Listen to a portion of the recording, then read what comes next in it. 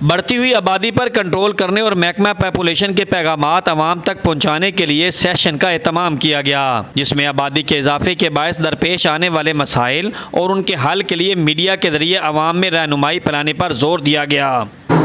media is considered the fourth pillar of our society,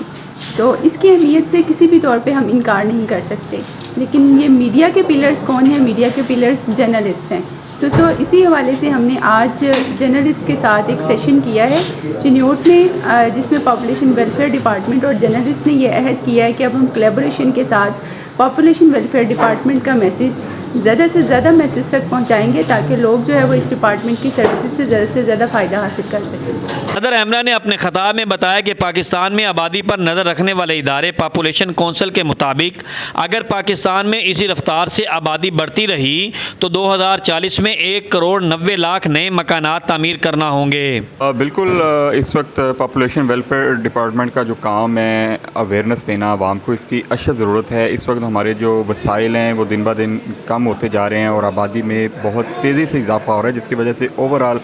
ملکی سطح پہ کافی زیادہ جو مسائل ہیں وہ پیدا ہو رہے ہیں، اور محکمہ ویلفیئر کا جو اس وقت